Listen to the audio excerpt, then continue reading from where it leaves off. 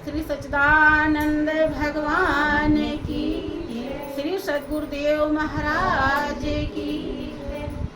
आप लोग माँ पार्वती का नाम अच्छी तरह से सुने। जितनी भी देवियां हैं सभी पार्वती के अवतार हैं। जितनी भी देवी हैं सब माँ पार्वती के अवतार हैं।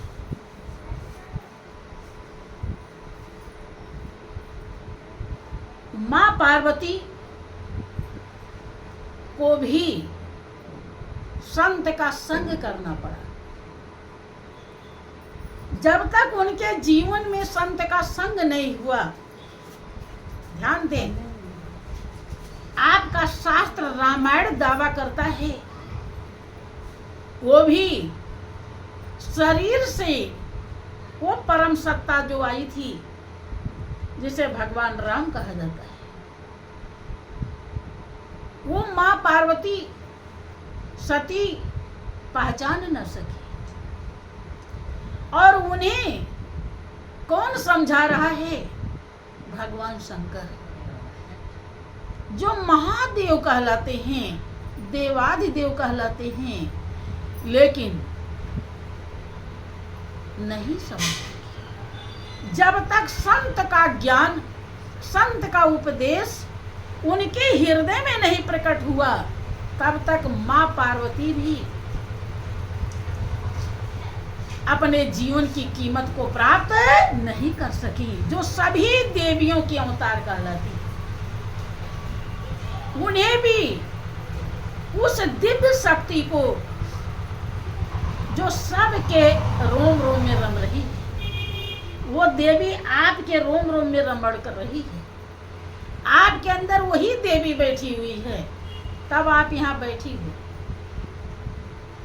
और जिस दिन उसका कनेक्शन कट जाएगा तो लंबा पांव पसार देंगे, बैठ नहीं सकते।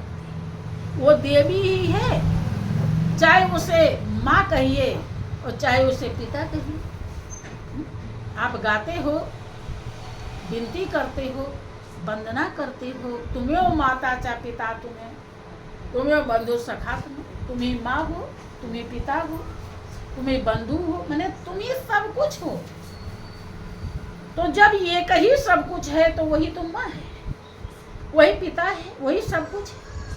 लेकिन वो एक क्या है, कहाँ है, कैसे है, उसको हम कैसे प्राप्त करें, इसके लिए संत का संग जरूरी होता है। जब माँ पार्वती के जीवन में संत का संग होता है तब क्या समझाती? जब उन्होंने संत की महिमा समझी तब वो कहती हैं कि गुरु के बचन परतीत न जेहि, और सपन हो सुलभ न सुख सिद्धि तेहि। कि गुरु के वचनों में, माँ पार्वती कह रही, रामायण दावा करता है, पढ़ लेना, कि गुरु के वचनों में जिसे विश्वास नहीं है।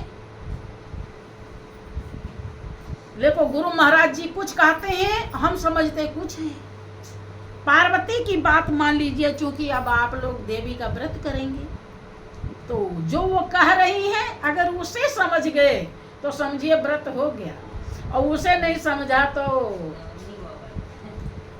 कोई फायदा नहीं होगा। पूरे जिंदगी भर व्रत करते करते थक जाओगे और लाभ कुछ मिलने वाला नहीं है, खाली दिखावा ही रह जाएगा।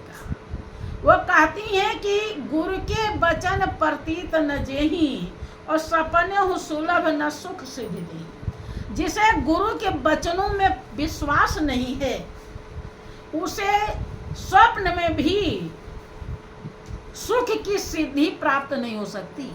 सुख किसे कहते हैं? सुख क्या है?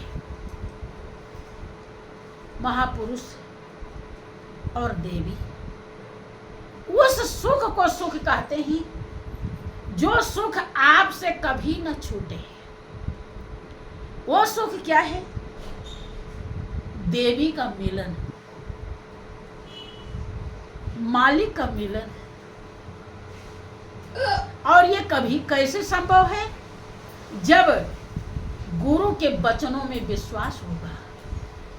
गुरु के वचनों में जब विश्वास होगा तभी हम ध्यान सुमिरन करेंगे, क्योंकि गुरु उस सच्चाई को लखाते हैं।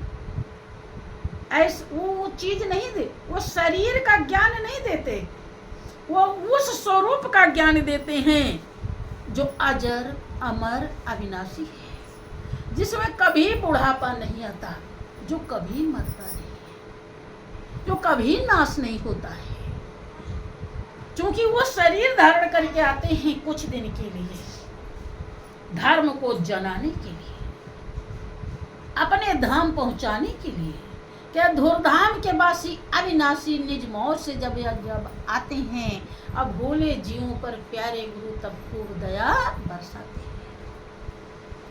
जो जीव स्वीकार करता है कि हम अपने रास्ते को भूल गए हैं, हे गुरुदेव, हे महाराज जी, मुझे वो रास्ता दर्शाइए जो हमारे जीवन का लक्ष्य है, जो हमारे जीवन का ध्येय है। उसके ऊपर बहुत प्यार बरसाते हैं, वचनामृत का प्याला पिलाते हैं। उनकी बाणी अमृत के समान कीमती होती है, क्योंकि बाणी को जिसने पान किया वो अमरनाथ के पास पहुंच जाता है। इसलिए उनकी बाणी को अमर बाणी कहा जाता है। उनकी बाणी एक एक बाणी अमृत के समान कीमती होती है। लेकिन कौन समझ पाता है? जो पार्वती जैसा निर्मल हो जाएगा। पार्वती अब कितनी महान है, सभी देवियों के अवतार हैं, और तब वो समझ पा रही हैं संत की महिमा, सत्संग की महिमा। तो वो कहती है कि गुरु के वचन प्रतीत न जेहि, और सपने सुलभ न सुख सिद्धि। जिसको गुरु के वचनों में विश्वास नहीं है, उसे स्वप्न में भी सुख की सिद्धि नहीं हो सकती। क्योंकि आप सोच रहे हो कि गुरु के वचन में विश्वास नहीं करते तो हम तो बहुत अच्छा खाते हैं, बहुत अच्छा पहनते हैं, बहुत अच्छा मकान में रहते हैं, लेकिन ये सुख आपका नहीं है। ये सुख पराया सुख है। ये सुख यहीं के यहीं रह जाएगा, और इस सुख में बहुत ही दुख छुपा हुआ है। लेकिन जिस सुख के लिए वो कह रही है, वो सुख ऐसा सुख है जिसमें कोई भी दुख नहीं है, और जिस सुख को लेने में किसी भी प्रकार का दोष विकार पाप नहीं बनता है। दुनिया का जितना भी व्यक्ति वस्तु का सुख है, तो हम तो सुखी होते हैं और बहुत लोग उससे दुखी होते हैं। वो यहाँ तक कहती हैं, नारद बचन न मैं परिहरियों, बसो भवन उजरो नहीं डरो। नारद का वचन मैं छोड़ने वाली नहीं हूँ, चाहे बसा हुआ भवन उजड़ जाए, उजड़े या रहे, मैं डरने वाली नहीं। चाहे नारद ने हमको तपस्या करने के लिए कह दिया है, ज्ञान को सिद्ध करने के लिए कह दिया है, अब चाहे 100 बार स्वयं शंकर जी आके मना करें, फिर भी मैं मानने वाली नहीं। विचार कीजिए, जब संत की महिमा पार्वती ने समझा, तब अपने अनुभव को छोड़ करके इस दुनिया से चली। भाइयों बहनों, आप लोग अगर इस सच्चाई को नहीं समझोगे तो कल्याण होने वाला